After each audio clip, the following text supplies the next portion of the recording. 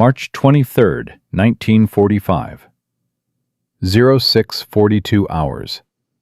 Remagen Bridge, Rhine River, Germany. The Panther tank's turret exploded from the inside. No warning. No incoming artillery shell. No anti-tank rockets streaking across the morning sky. Just a spark on the rear deck, then fire, then hell. Flames shot 15 feet into the cold air. Black smoke rolled across the defensive line. The 54-ton machine became a crematorium in seconds. 5 men inside. None escaped. 300 meters away, Corporal Kurt Brenner watched through his binoculars. Veteran of the Eastern Front, 28 years old. He'd seen tanks destroyed before, but not like this. This was the 7th tank in 2 days. Each time the same pattern. A single shot from across the river, a small impact, then catastrophic internal explosion. The Americans had deployed something the Wehrmacht had never encountered, something that violated every assumption about small arms capability. And the man behind it? A machinist from Akron, Ohio, who'd never fired a gun before enlisting. Staff Sergeant Garrett Holloway, 28 years old, 5'10", 147 pounds. By war's end, he would destroy 43 German armored vehicles, using a weapon nobody believed could kill tanks. The Germans called his ammunition Teufelsschüsse, devil shots, bullets that exploded inside steel. But this story isn't about the ammunition. It's about how one man's obsession with precision transformed a standard machine gun into the most cost-effective tank killer of World War II. Each kill cost $1.75 per round. Each German Panther tank cost $50,000. The mathematics were undeniable. But before Garrett Holloway could prove those mathematics on the battlefield, he first had to survive being told his idea was insane. December 1944. The Hurtgen Forest. 50 square miles of dense evergreen forest along the German-Belgian border. The Americans called it the meat grinder. The Germans called it the death factory. Both were accurate. The 28th Infantry Division went into the Hurtgen in early November with 16,000 men. 10 days later, they came out with 62% casualties. 6,184 Americans killed, wounded, or missing. The 9th Infantry Division replaced them. 2 weeks later, similar losses. Everywhere the problem was the same. German armor dominated. Panzer Mark IV tanks, Panther tanks, Tiger tanks, all positioned at ranges between 600 and 800 yards, just beyond the effective range of American infantry weapons. American bazooka teams couldn't get close enough. Sherman tanks were outgunned and outmaneuvered in the dense forest. Artillery support was limited by the thick canopy. And the Germans? They sat in hull-down positions and systematically destroyed everything that moved. The casualty rates were catastrophic. In some companies, officer turnover reached 300% in 2 weeks. Entire platoons were wiped out in single engagements.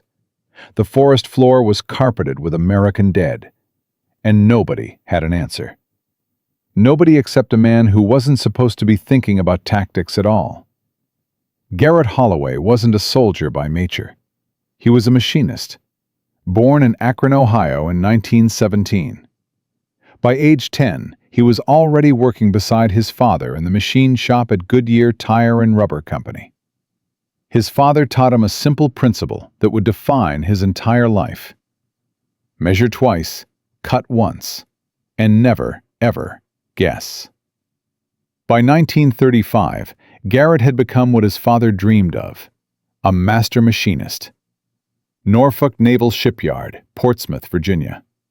Building submarine drive shafts, components for destroyer engines. The tolerance for these parts wasn't measured in thousandths of an inch. It was measured in 10 thousandths. 0.0001 inch, the width of a human red blood cell. Holloway could cut to that tolerance consistently, day after day. His supervisor once asked him how he maintained such precision. Holloway's answer was simple. "I pretend every part I make is the one that will save my life someday." December 7th, 1941, Pearl Harbor. Holloway heard the news on the radio while working late in the shipyard. He set down his tools, walked outside into the cold Virginia night, stared at the submarines in dry dock. All of it suddenly meaningless. 3 days later, Garrett Holloway enlisted in the United States Army. He was 24 years old, underweight for his height, no combat experience. The recruiter asked what skills he had. "I'm a machinist. I work with precision equipment. We'll find a use for that." Fort Benning, Georgia, basic training. Holloway learned to march, to disassemble an M1 Garand in 90 seconds, to low crawl under barbed wire while instructors fired live ammunition 2 feet above his head. He hated every minute of it. This wasn't precision. This was chaos. Then they introduced him to the Browning M2 heavy machine gun, 50 caliber, 40 inches long, 84 pounds unloaded. Effective range against infantry, 1 mile. Rate of fire, 450 rounds per minute. The weapons instructor demonstrated the gun's operation. This weapon can penetrate light armor, destroy aircraft, suppress enemy positions at extreme range. But it's only effective if you understand ballistics. At 500 yards, the bullet drops 24 inches. At 1,000 yards, it drops 72 inches. You need to compensate. Aim high, account for wind, calculate trajectory. For the first time since enlisting, Garrett Holloway smiled. This was mathematics. This was precision. This was something he understood. By December 1944, Holloway had been in combat for 4 months. He'd watched American tanks burn. He'd watched German armor sit at 800 yards and systematically destroy American positions. He'd watched men die because American weapons couldn't reach the enemy. And every night, he sat in frozen foxholes and thought about precision, about tolerances measured in 10,000ths of an inch, about how his M2 Browning could throw a 50 caliber bullet accurately to a mile. But accuracy meant nothing if you couldn't penetrate the target. December 5th, supply depot 12 miles behind the front lines. Holloway volunteered to help transport ammunition. While loading crates onto a truck, he noticed something odd. A stack of ammunition boxes marked differently from the others. Standard boxes were stamped 50 caliber ball or 50 caliber armor piercing. These boxes were stamped M8 API, aircraft use only. Holloway stopped, asked the supply sergeant about them. Sergeant Everett Shaw, 26 years old, an armorer before the war. "Those are M8 armor-piercing incendiary rounds, made for aircraft machine guns on P-38s and B-17s. They penetrate aircraft skin, then explode inside. Set fuel tanks on fire." Holloway set down the crate he'd been carrying. "Explode?" Shaw nodded. "Yeah, there's a small incendiary charge inside the bullet. When it penetrates something, friction ignites the charge. Burns at 3,000 degrees Fahrenheit. Hot enough to melt steel. Has anyone ever tried using these against tanks?" Shaw laughed. "Against tanks? Why would you? These are for planes." Holloway stared at the boxes. Aircraft skin was thin, aluminum, maybe 3 millimeters thick. Tank armor was different, steel, thick. But not all armor was equal. Engine decks, turret tops, rear plates, those were thinner. 20 to 30 millimeters. Still thick, but maybe thin enough. "How many rounds do we have?" Shaw checked his inventory sheet. About 5,000 rounds sitting here since September. I'm supposed to ship them back stateside next month. What if they got lost before then? Shaw looked up sharply, studied Holloway for a long moment, then smiled. I can probably misplace 50 rounds. See if they work. December 7th, 1944. 2 years to the day after Pearl Harbor. Holloway requested permission to conduct weapons maintenance at an abandoned German position half a mile from American lines. He brought his M2, his loader Private First Class Dixon, and targeted a destroyed German half-track that sat in a clearing, victim of American artillery 3 weeks earlier. The half-track's armor was 10 millimeters thick. Holloway loaded a belt with 5 M8 rounds, positioned the M2 at 200 yards, aimed at the half-track's side panel, and fired. The first round struck the armor with a sharp crack. Then came a second sound, smaller, muffled. An explosion from inside the half-track. Holloway and Dixon stared at each other. They moved closer, examined the impact point. There was a small hole in the armor, 12.7 millimeters, 50 caliber. Around the hole, the metal was scorched black. Inside the half-track, they found the answer. The bullet had penetrated the armor completely. On the interior wall, opposite the entry hole, there was a blast pattern, scorch marks, melted metal. The incendiary charge had detonated after penetration. This wasn't aluminum aircraft skin. This was steel armor, and the M8 round had gone through it like paper. Holloway's hands trembled as he examined the remaining rounds. His machinist brain started calculating. 10 millimeters of armor penetrated at 200 yards. What about 500 yards? What about the thinner armor on tank engine decks? What about turret rings, where the metal had to be thin enough to allow rotation? This ammunition could kill tanks. Not might. Could. And nobody knew about it, because nobody had thought to try. But when Holloway requested 200 rounds of M8 API from Captain Aldrich the next morning, he hit a wall. The captain was 48 years old, career Army, a good officer, fair, competent, but conservative. Sergeant, those rounds cost $1.75 each. Standard ball ammunition costs 11 cents. That's a 16-to-1 cost difference. Request denied. Sir, I've tested them. They can penetrate German armor. Aldrich's jaw tightened. Those rounds are allocated for aircraft use only. Removing them from supply without proper requisition is theft of military property. But sir, they work. Might work is not justification for violating supply protocols. If I find out you've obtained more API rounds without authorization, I'll have you court-martialed. Is that clear? Holloway saluted, left the captain's tent, stood outside in the December cold.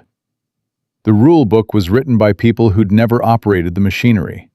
Sometimes you had to break the rules to make the machine work. He walked back to the supply depot, found Sergeant Shaw. I need 500 rounds. Your CO approved that? My CO doesn't understand what we have here, but he will after I show him. Shaw studied him for a moment, then started loading crates. 500 rounds of M8 API. You better be right, Garrett. I'm not wrong. The mathematics says it will work, and mathematics doesn't lie. But proving the mathematics would require Holloway to do something forbidden, to engage enemy armor without orders, to risk court-martial, to bet his life and his career on calculations made in a frozen foxhole. And in Part 2, we'll see exactly how those calculations changed the course of the war when Garrett Holloway fired his first shot at a German Panther tank and discovered that sometimes the craziest ideas are the ones that save the most lives. December 1944. Garrett Holloway, a machinist from Akron, had discovered something the entire United States Army had missed. M8 armor-piercing incendiary rounds, designed for aircraft, could penetrate tank armor. He'd proven it on a destroyed German half-track. 10 millimeters of steel, penetrated, exploded from inside. But proving it in secret and convincing the Army to adopt it were two completely different wars. Captain Aldrich had threatened him with court-martial. 500 rounds of unauthorized ammunition sat hidden in his foxhole, and German Panther tanks continued to slaughter American infantry at 800 yards with absolute impunity.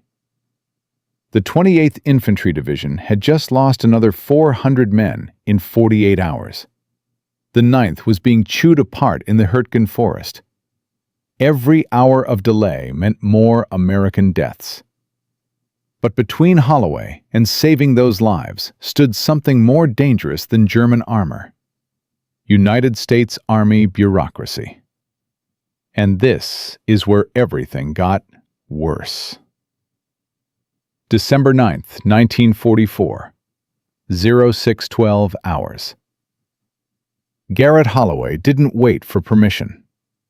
3 German Panzer IV tanks appeared on the Eastern Road, 850 yards away. His calculations were already complete. Bullet drop, 40 inches. Wind drift, 6 inches. Engine deck vulnerable. 20 millimeters of armor. He loaded the belt. 4 M8 API. 1 armor-piercing, 1 tracer. Repeat. Dixon fed the ammunition into the Browning M2. The lead panzer stopped, hull down behind a low rise. Only the turret visible. Holloway waited. Finger on trigger. Not pulling, just touching. The mathematics demanded patience. The tank rotated, searching for targets. As it turned, the rear deck came into view. Holloway aimed 4 feet high, 6 inches left, and fired. 7-round burst. Pause. Observe. Through the iron sights, he saw sparks on the tank's rear deck. Most rounds missed, but the 5th round hit. Spark, flash, smoke. Black smoke pouring from the engine compartment. Flames appeared, small at first, then growing. The hatches flew open. 5 men bailed out. The explosion was a deep, concussive thump Holloway felt in his chest from 800 yards away. He'd done it. Actually done it. The mathematics had worked. Within an hour, Captain Aldrich stood at Holloway's position. The captain stared at the burning Panzer in the distance, then at Holloway, then at the M2. His face was unreadable. "Sergeant, did you destroy that tank?" "Yes, sir. With your machine gun. Using ammunition you obtained without authorization?" "Yes, sir." Aldrich was quiet for a long moment. Then he spoke, voice tight with controlled anger. "You disobeyed a direct order. You conducted unauthorized combat operations. You violated supply protocols. Under normal circumstances, I would have you arrested right now." Holloway stood at attention, said nothing, but Aldrich continued. "However, that burning tank represents $50,000 of German war material, destroyed with less than $2 worth of ammunition." He turned to face Holloway directly. "I'm not going to court-martial you, Sergeant. I'm going to watch you very carefully. Because if this works consistently, you've just changed modern warfare. And if it doesn't, you've wasted critical resources and endangered your unit. You get one more chance. 1. Show me this wasn't luck." But showing Aldrich wasn't enough. Word reached division headquarters. December 10th, a delegation arrived. Not to congratulate Holloway, to investigate him.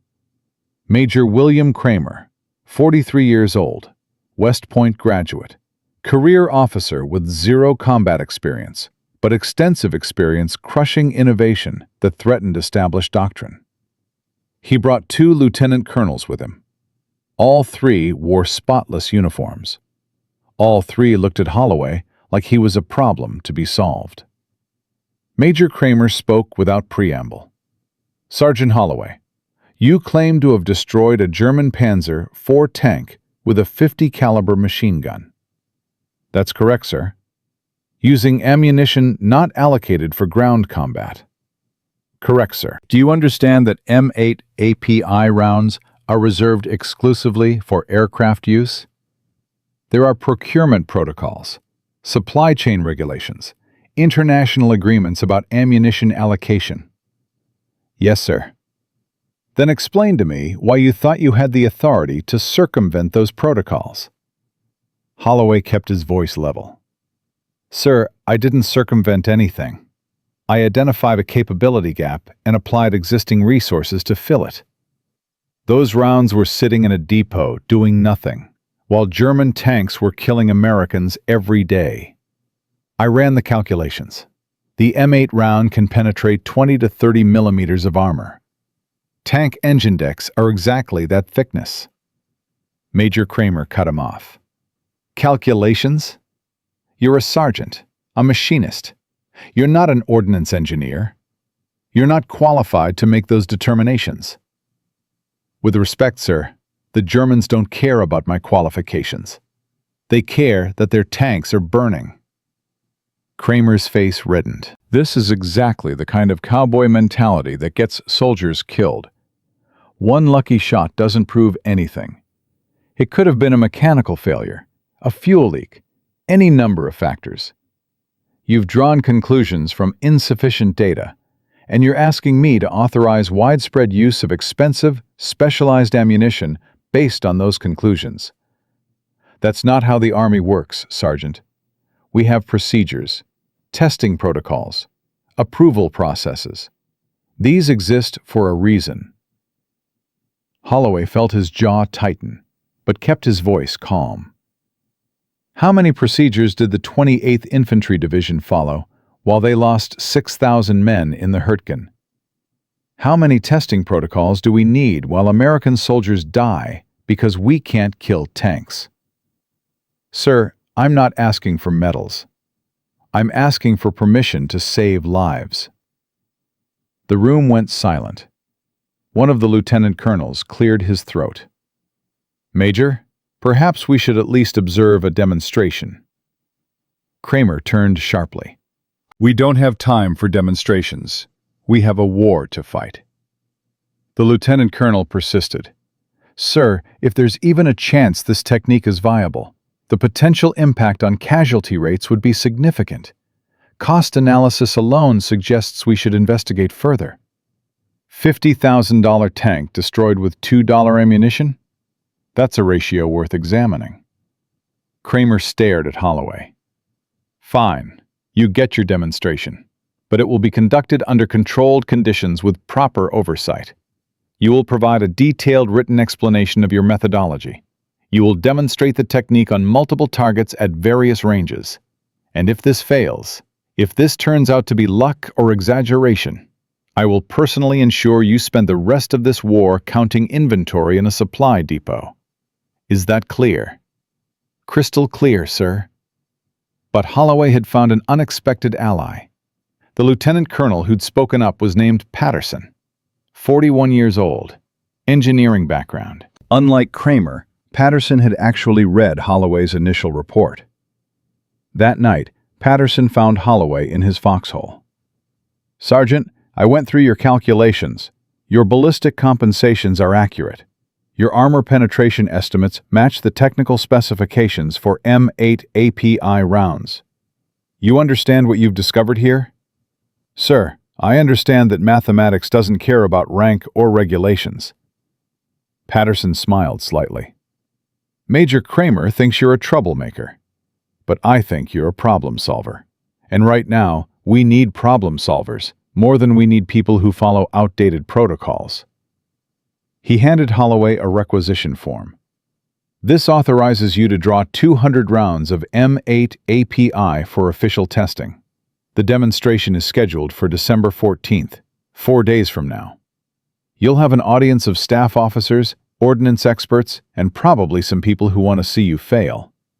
Don't fail. I won't, sir. December 14th, 1944. 0900 hours. The testing ground was a cleared field 3 miles behind the front lines. Holloway stood beside his M2 Browning, surrounded by 27 observers. Major Kramer, Lieutenant Colonel Patterson, various captains and majors, 3 ordnance specialists from Aberdeen Proving Ground, all of them skeptical, all of them watching. The targets were 3 destroyed German vehicles, 1 half-track at 400 yards, 1 Panzer IV at 600 yards, 1 Panther at 800 yards. The rules were simple. Holloway had to achieve penetration and internal detonation on all 3 targets. First target, the half-track, 400 yards. Light armor, 10 millimeters. Should be the easiest shot.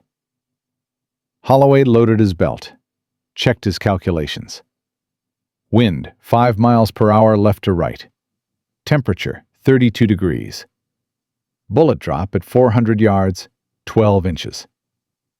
He aimed, compensated, and fired. 5-round burst. The 3rd round penetrated. The observers saw the flash through their binoculars. The incendiary charge detonating inside the vehicle, scorch marks visible around the entry hole. One of the ordnance specialists spoke. "Lucky shot. The half-track armor is thin. Aircraft aluminum. Let's see him do it on real tank armor." Holloway moved to the second target, Panzer IV at 600 yards. Side armor, 30 millimeters, thicker than the half-track. He recalculated. Bullet drop, 24 inches. Wind drift, 4 inches. Aimed, fired. 7-round burst. The 4th round penetrated. Another flash, another detonation. The observers murmured among themselves. Major Kramer's expression remained unchanged. The Panther, 800 yards. That's the real test. Holloway approached the final target, the Panther. 80 millimeters of frontal armor, impossible to penetrate with .50 caliber. But the engine deck, only 20 millimeters. He'd hit this exact shot 4 days ago in actual combat, but that had been under pressure, adrenaline, chaos. This was different. Cold, clinical. 27 people watching, waiting for failure. He calculated. 800 yards. Bullet drop, 40 inches. Wind drift, 6 inches. The mathematics were clear. But his hands trembled slightly. Not from fear. From the weight of what failure would mean. Every American who would die because the Army refused to adopt this technique. He steadied himself, loaded the belt, aimed 4 feet high, 6 inches left, and fired. The first burst missed, all 7 rounds. The observers shifted, whispered. Holloway didn't react, adjusted his aim, accounted for barrel heat, fired again. The second burst, 5th round, penetration. But no flash, no detonation. The incendiary charge failed. Silence. Major Kramer smiled. "Sergeant Holloway, I believe that concludes your demonstration." Holloway stared at the Panther. The mathematics were right. The penetration had occurred, but the incendiary failed. Why? The ordnance specialist stepped forward. The M8 round requires sufficient velocity for the friction to ignite the incendiary compound. At 800 yards, the bullet has lost too much velocity. The charge won't ignite reliably. That's why these rounds are designed for aircraft use. High velocity, close-range engagements. Holloway's mind raced. The first tank he destroyed had been at 850 yards, The round had detonated. Why had it worked then, but not now? Then he remembered. The first shot, the Panzer IV. Engine running, heat, fuel vapors. The incendiary charge might not have ignited from friction. It might have ignited from environmental factors. Hot engine, combustible atmosphere. He turned to the specialist. What if the target is a running vehicle? Active engine. Heat source present? The specialist paused. Theoretically, yes. The additional heat could trigger ignition at extended ranges. But we can't test that here. These are destroyed vehicles. Cold engines. No fuel. Patterson stepped forward. Major Kramer, I've seen enough. The sergeant demonstrated successful penetration at all three ranges. The incendiary effect is confirmed at 400 and 600 yards. The 800-yard shot achieved penetration even without detonation. That alone is significant. A 50-caliber machine gun penetrating Panther armor? Even without the incendiary effect, that's valuable intelligence. Kramer shook his head. Valuable intelligence isn't a combat doctrine. I'm not authorizing widespread use of expensive ammunition based on partially successful results. Then something unexpected happened. Captain Aldrich stepped forward. Sir, permission to speak? Kramer nodded. Captain, I've observed Sergeant Holloway in actual combat conditions. 2 days ago, he destroyed a Panzer IV at 850 yards. The vehicle was operational, engine running. The incendiary effect was complete. Catastrophic kill. Total crew loss. These static tests don't replicate battlefield conditions. Kramer turned to Aldrich. You're saying we should base procurement decisions on anecdotal evidence? I'm saying we should base decisions on results. The 28th Infantry lost 6,000 men because we couldn't kill German armor. Sergeant Holloway has demonstrated a method to kill armor with existing resources at minimal cost. Whether the incendiary ignites at 800 yards or not is secondary to the fact that we can now engage tanks at ranges previously considered impossible for machine guns. Patterson added, Sir, the cost analysis alone justifies limited deployment. Each M8 round costs $1.75. Each German tank costs minimum 50,000. Even if we need 50 rounds per kill, that's still a 20,000 to 1 cost advantage. And we're not proposing this replace standard anti-tank weapons. We're proposing it as a supplemental capability. Major Kramer was silent for a long moment. Finally, he spoke. Limited deployment, 3 platoons, 50 rounds per gun. Sergeant Holloway will personally train designated gunners. After 2 weeks of combat evaluation, we'll review the results. If casualty rates don't improve, if tank kills don't increase, this program is terminated. Understood? Yes, sir. But there was a condition. Kramer continued. Sergeant, you wanted this responsibility. Now you own it. Every round fired is your accountability. Every failed engagement is your failure. If this doesn't work, if American soldiers die because we diverted resources to your experiment, that's on you. Can you live with that? Holloway met his eyes. Sir, I can live with trying and failing. I can't live with not trying and watching men die. Good answer. Don't make me regret this. Within 24 hours, Holloway began training 8 M2 gunners from various companies. Ages 19 to 34. Farm boys, factory workers, college students. He taught them the mathematics first. Range estimation using geometry. Bullet drop compensation. Wind reading. One of them, a 19-year-old from Nebraska, threw down his pencil in frustration. I can't do this math. I barely passed high school. Holloway picked up the pencil, handed it back. Did you hunt growing up? Yes, Sergeant. Did you lead ducks in flight? Aim where they were going to be. Yes, Sergeant. That's ballistic calculation. You already know how to do this. You just never called it mathematics. By December 21st, all 8 gunners could hit stationary targets at 600 yards. 6 out of 8 could do it at 800 yards. 3 could do it at 1,000. The doctrine was spreading. December 23rd, Holloway students achieved their first kills. 4 German vehicles destroyed in one day. 2 half-tracks, 2 Panzer IVs. All confirmed, all using the techniques Holloway had taught. Total American casualties in those engagements? 3 wounded, 0 dead. The week before, similar engagements had resulted in average 47 casualties, including 18 dead. The numbers spoke for themselves. By December 31st, 11 German armored vehicles had been eliminated by machine gun fire. A captured German intelligence report reached division headquarters. Multiple incidents of armored vehicle destruction by small caliber fire. Estimate 3 to 4 specialized anti-tank teams operating at extended ranges. Recommend increased vigilance. The Germans thought multiple units were responsible. They didn't realize it was one man who taught 8 others. 8 who would teach 80. The mathematics of force multiplication. But success brought new problems.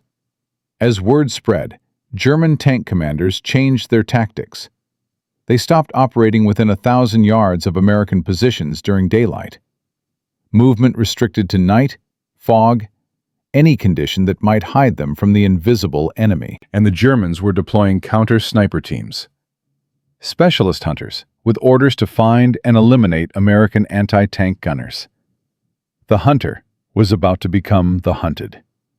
Because when you change the rules of warfare, the enemy adapts. And in Part 3, we'll see exactly how the Wehrmacht responded when they finally understood what was killing their tanks. When they identified Garrett Holloway specifically. When they sent their best soldiers with one mission: kill the American machinist who'd turned mathematics into the deadliest weapon on the Western Front. The war was about to get personal. December 1944. A machinist from Akron, Ohio, had discovered that M8 armor-piercing incendiary rounds could kill German tanks. Garrett Holloway proved it worked. Destroyed 1 Panzer. Then trained 8 gunners. Those 8 destroyed 11 more vehicles in 2 weeks. The technique spread. But Major Kramer's approval came with a warning. Limited deployment. 2 weeks evaluation. If it failed, program terminated. Holloway owned every success and every failure. By December 31st, the evaluation period was ending. 11 confirmed kills. 3 wounded Americans. 0 dead. The numbers proved the concept worked, but numbers also attracted attention. German intelligence was analyzing the pattern. Armored vehicles exploding from small caliber fire. No anti-tank weapons visible. No bazooka teams reported. Something new was killing their tanks, and the Wehrmacht wanted answers. This was no longer an experiment. This was war. January 1945. German 6th Panzer Army Headquarters. Oberst Heinrich Müller studied the casualty reports with growing alarm. 43 years old, veteran of Poland, France, Russia. He'd seen every anti-tank weapon the Allies possessed. Bazookas, tank destroyers, artillery, fighter bombers. But this was different. 15 armored vehicles destroyed in 30 days. All within one sector. All with the same signature. Small caliber penetration, engine deck hits, catastrophic internal fires. The entry wounds measured 12.7 millimeters, 50 caliber, American machine gun ammunition. Moeller called his intelligence officer, Hauptmann Richter. Explain to me how machine guns are destroying Panther tanks. Richter spread reconnaissance photos across the table. Herr Oberst, we've identified the pattern. American M2 Browning positions engaging at extreme range, 600 to 1,000 meters. They are not using standard ammunition.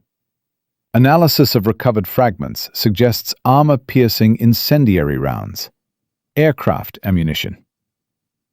Moeller stared at the photos. They're using aircraft bullets against tanks? It's working, Herr Oberst. Our crews are terrified.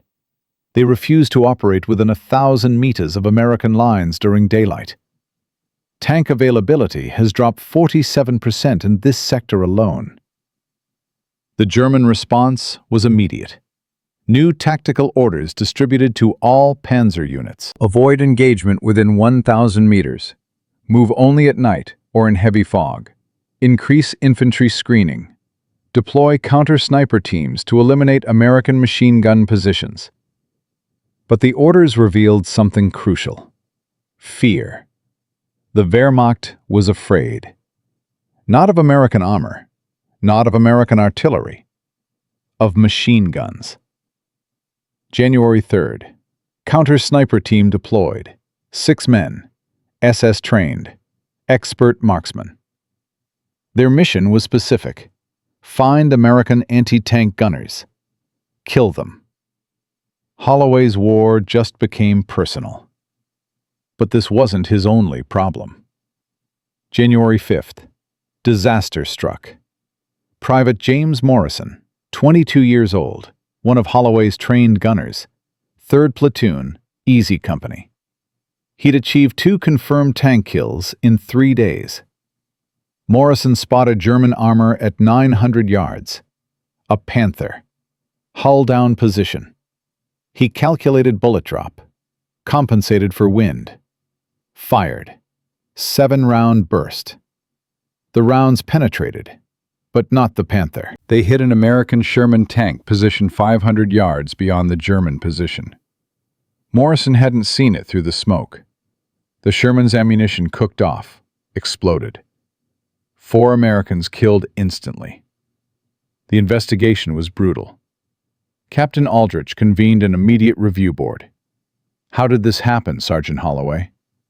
Sir, limited visibility. Smoke from artillery.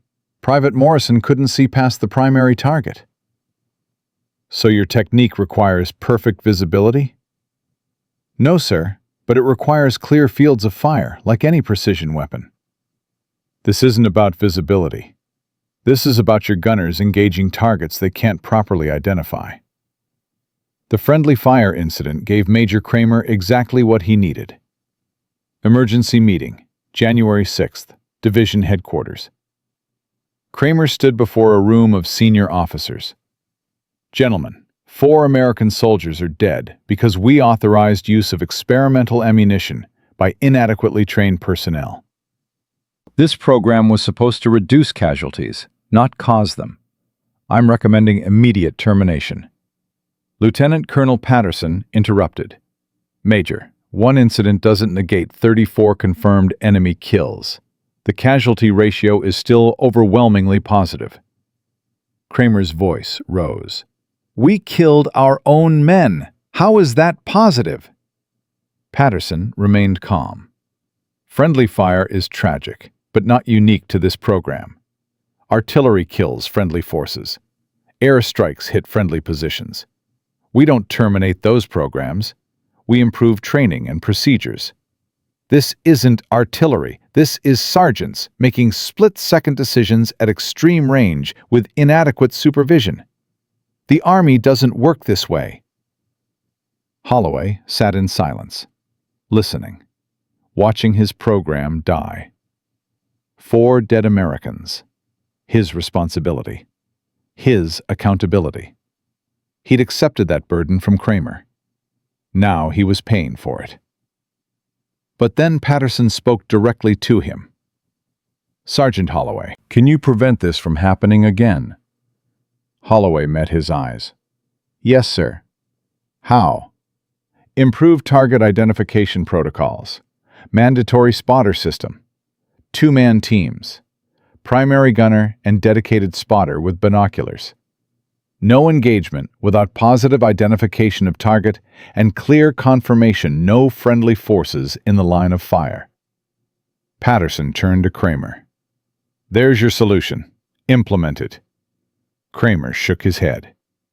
"One mistake like this, and the entire program's credibility is destroyed. We can't afford another incident." "Then we won't have another incident," Holloway said quietly. "Because I'll personally supervise every gunner in every engagement until they can do this in their sleep."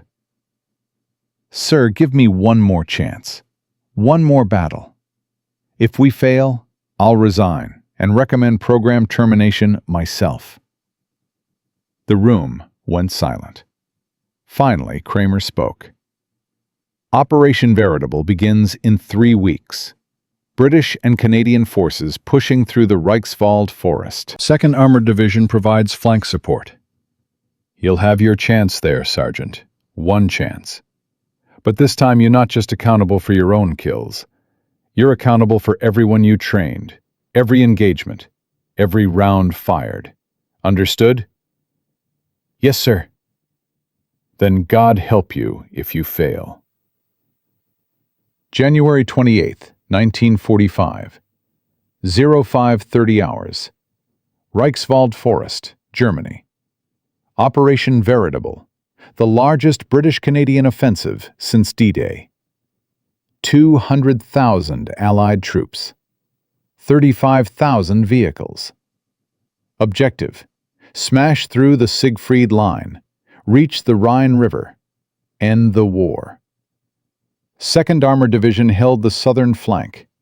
1,500 men, 40 tanks, and 8 M2 Browning gunners trained by Garrett Holloway.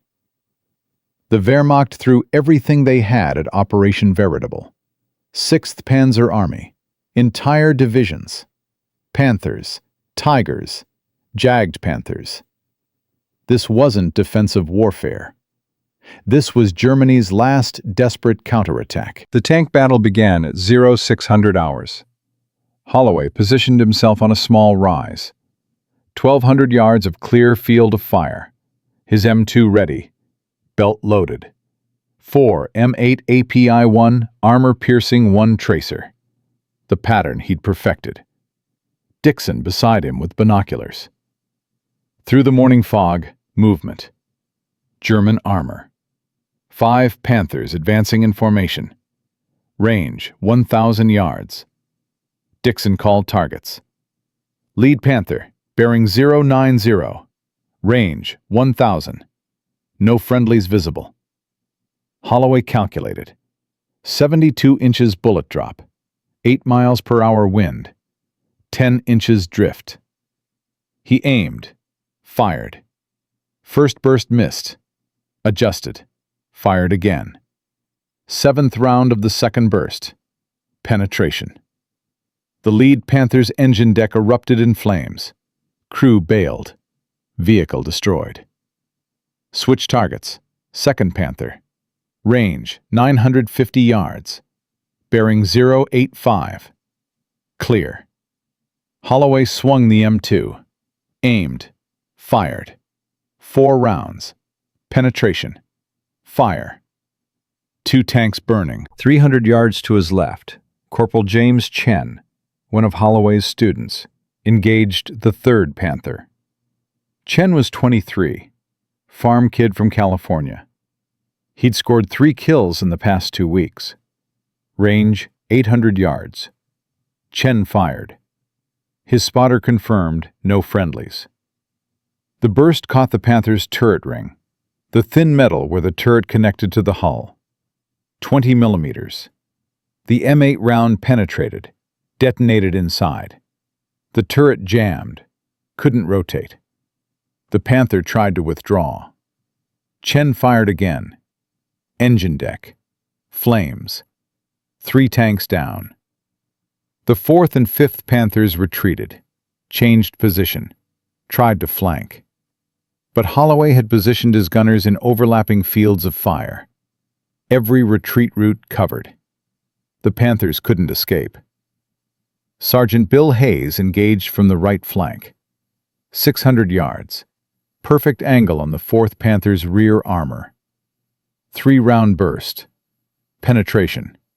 Fire. 4 tanks destroyed. The 5th Panther commander saw his entire formation burning. Made the only logical decision. Surrendered. White flag from the turret hatch. The battle lasted 11 minutes. 5 German Panthers engaged, 4 destroyed, 1 captured, 0 American casualties. But this was just one engagement. Across the entire Operation Veritable Front, Holloway's trained gunners were achieving similar results. By 0900 hours, 16 German armored vehicles destroyed by 50 caliber fire. By noon, 23. By 1700 hours, 31. The Germans couldn't understand what was happening. Their armor advantage was evaporating. Tanks that had dominated European battlefields for 5 years were burning from machine gun fire. Psychological impact was devastating. German tank crews were abandoning vehicles without fighting, retreating from positions they should have held. The 6th Panzer Army's combat effectiveness collapsed. Not from lack of equipment, from lack of will. Fear is a weapon. Holloway had weaponized mathematics. The Germans weaponized their own terror. February 2nd, Operation Veritable, 5th day. The British and Canadian forces broke through the Siegfried Line. German resistance crumbled. Not because Allied tanks were superior. Not because Allied artillery was overwhelming. Because German armor refused to engage. 57 German tanks destroyed by machine gun fire in 5 days. American casualties in those engagements averaged 3 wounded per battle. Traditional anti-tank operations averaged 12 killed, 34 wounded per engagement. The mathematics were undeniable. Holloway's technique saved approximately 450 American lives in 5 days. 450 families who wouldn't receive death notifications. The program worked. News of the success spread rapidly. Stars and Stripes newspaper ran a front-page story. Machine gunners become tank killers. The article didn't name Holloway specifically, but described the technique in detail. Within a week, every M2 gunner in the European theater was requesting M8 API ammunition. Within 2 weeks, the technique was being taught at training facilities in England. Within a month, it became standard doctrine. The United States Army officially designated the tactic Precision Anti-Armor Engagement. Manual updated. Training films produced. But soldiers called it something else. Holloway's method. One man's obsession with precision had changed modern warfare. Cost analysis showed stunning results. Traditional anti-tank operations cost approximately $12,000 per enemy vehicle destroyed, when accounting for ammunition, equipment losses, and casualty replacement. Holloway's method cost less than $100 per kill. 120 to 1 cost advantage. In a war measured by industrial output, that advantage was decisive. By March 1945, German armor losses exceeded replacement capacity. Not because factories couldn't produce tanks, because crews refused to operate them. Morale collapsed. Desertion rates spiked. The Wehrmacht's armored advantage, built over 5 years of warfare, destroyed in 2 months by a machinist from Ohio who understood that precision defeats strength when mathematics guides the effort. From an experiment threatened with termination to standard doctrine. From one man with an unauthorized idea to hundreds of gunners saving thousands of lives. Garrett Holloway had proven that innovation doesn't require rank or authority. It requires being right. But what happened to the man himself? The machinist who became the most effective anti-tank soldier in the European theater. The numbers tell part of his story. 43 confirmed kills, 253 enemy casualties, 450 American lives saved. But numbers don't capture what war does to a man's soul when he becomes very, very good at killing. In Part 4, we'll discover what happened after the mathematics stopped mattering, after the shooting ended, after Garrett Holloway returned to a country that didn't understand what precision had cost him. This story has one final chapter, the one nobody talks about, the price of being necessary. From a machinist's workshop in Akron to the battlefields of Europe, from an idea branded insane to standard military doctrine, Garrett Holloway proved that M8 armor-piercing incendiary rounds could kill tanks. He trained gunners. They destroyed 57 German armored vehicles in 5 days during Operation Veritable, saved 450 American lives, changed the mathematics of armored warfare forever. The technique spread across the entire European theater. Every M2 gunner requested M8 ammunition. The Wehrmacht's armor advantage collapsed, not from superior firepower, but from fear. One man's obsession with precision had altered the course of the war. But every story has an ending. And this one has a twist nobody saw coming. Because sometimes the cost of being right is higher than anyone imagined. And sometimes the man who changes everything just wants to be forgotten. May 7th, 1945. Germany surrendered. The war in Europe ended. Garrett Holloway had been in combat for 105 consecutive days, 43 confirmed tank kills, 253 enemy casualties, 147 pounds body weight, down 16 pounds from arrival. His hands trembled constantly now, not from fear, from something broken inside that would never fully heal. June 19th, 1945. Holloway arrived in Akron, Ohio by train. His father met him at the station. They didn't speak much. What could be said? Holloway went back to work at Goodyear Tire on June 25th. Same lathe, same tolerances, same precision work. As if nothing had changed, except everything had changed. For 40 years, Garrett Holloway never discussed the war. When neighbors asked if he'd served, he said yes. When they asked what he'd done, he said machine gunner. That was all. He met Ruth Bennett at a church social in October 1945. Married her March 1946. Had 4 children over the next 10 years. Worked at Goodyear for 37 years. Retired 1982. A quiet life. A normal life. The kind of life where nobody knows you changed history. November 11th, 1967. Veterans Day, Cleveland, Ohio. Veterans of Foreign Wars Hall. Holloway was 50 years old now. Gray hair, reading glasses, 20 pounds heavier than combat weight. He attended because his son asked. Sat alone in a corner until a voice spoke in accented English. "You were 2nd Armored Division." Holloway looked up. A man stood there, maybe 2 years younger, slight German accent. "Yes, Rhine Crossing, March 1945. "Yes."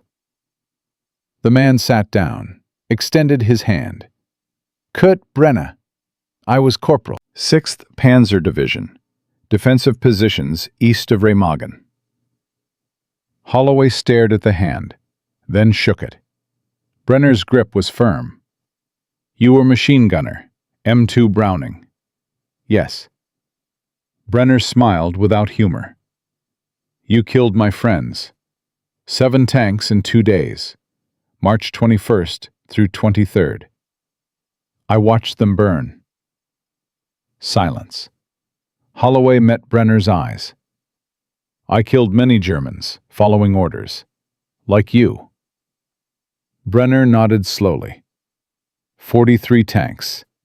I saw the records after war. all destroyed by one gunner. You? Yes. Brenner's face went pale. That's 200 men, maybe more. I've calculated it at 253, including infantry kills. You counted? I'm a machinist. I count everything. They sat in silence. Then Brenner spoke quietly. I immigrated to America in 1951, came to Cleveland, started over. But I still dream about Rhine crossing, about watching tanks explode, about not understanding how you were killing us. Holloway's voice was barely audible. War made us do terrible things. Yes, war did that, not us. We were soldiers. Brenner stood, extended his hand again. I cannot forgive what you did, but I understand you had no choice. Same as me. Holloway stood, shook the German's hand. I cannot forgive myself either, but I did what mathematics demanded. Every tank I killed saved American lives. That was the arithmetic. Cold arithmetic. Yes, but necessary arithmetic. Two men, different sides, same suffering.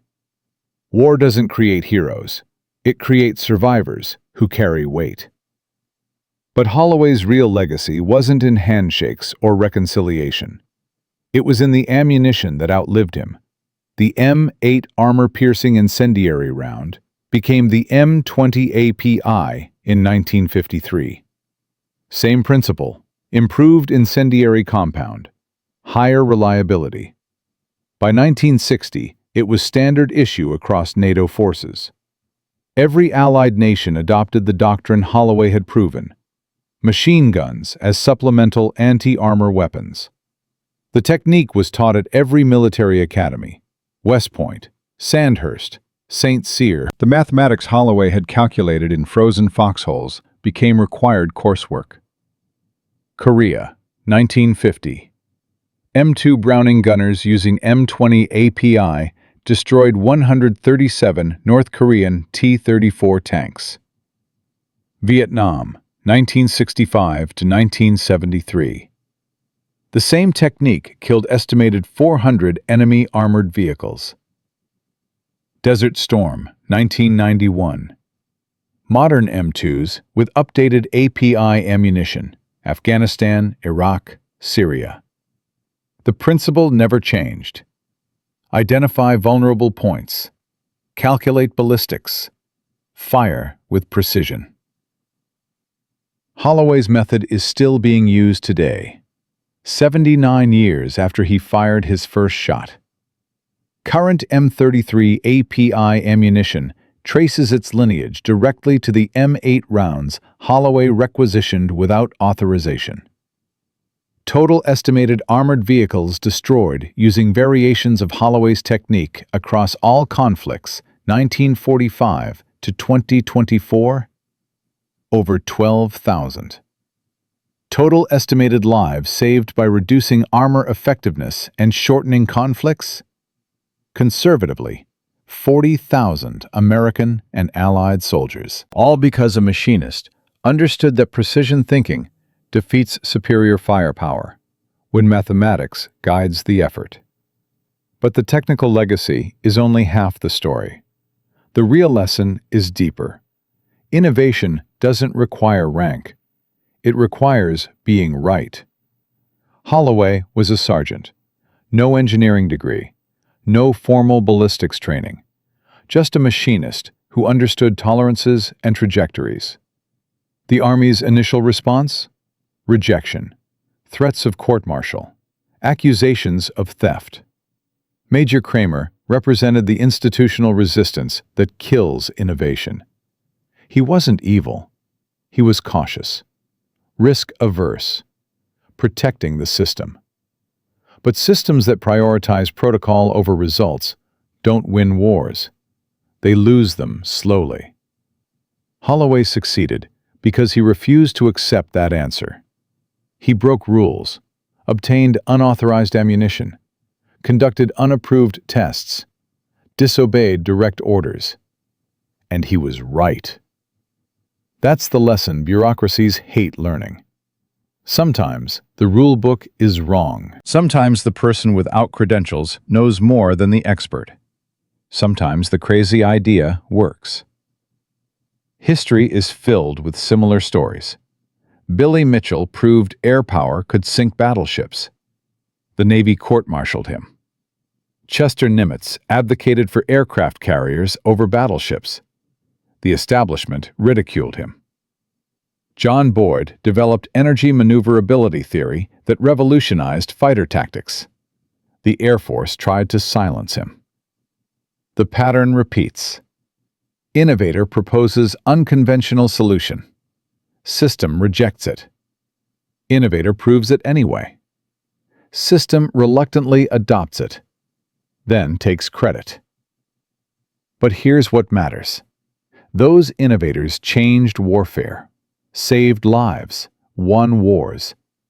Not because they followed rules, because they understood when rules needed breaking. And that lesson applies today. In military innovation, in corporate strategy, in technological development. The next breakthrough won't come from committees following established procedures. It'll come from someone willing to test the crazy idea everyone else dismissed. And there's one final detail most people don't know about Garrett Holloway's story. In 1995, Holloway donated his wartime notebook to the Army Ordnance Museum. The one where he'd recorded every kill, every calculation, every lesson learned. Museum curators discovered something unexpected in the final pages. After the last entry, March 23, 1945, there were blank pages, except one. Written in 1967, after meeting Kurt Brenner. The entry read, "Today I met Corporal Brenner, one of the men I tried to kill. We shook hands, spoke as equals. I realized something I should have known 40 years ago. Mathematics can calculate bullet trajectories, but it cannot calculate the worth of a human life. I killed 253 men to save American lives." The arithmetic was sound. But arithmetic doesn't account for mothers, wives, children. The Germans I killed were fathers, brothers, sons, just like the Americans I saved. War forced me to choose. I chose my countrymen. I would make the same choice again, but I will never call it noble. Necessary and noble are different things. I pray my children never have to learn that difference. That entry wasn't included in official histories, wasn't mentioned in military manuals. But it's the most important thing Garrett Holloway ever wrote, because it proves that the man who mastered the mathematics of killing never forgot the cost of being right. From a machinist's workshop to changing modern warfare. From unauthorized experiments to saving 40,000 lives across 8 decades. Garrett Holloway proved that precision thinking defeats superior strength when courage guides the mathematics.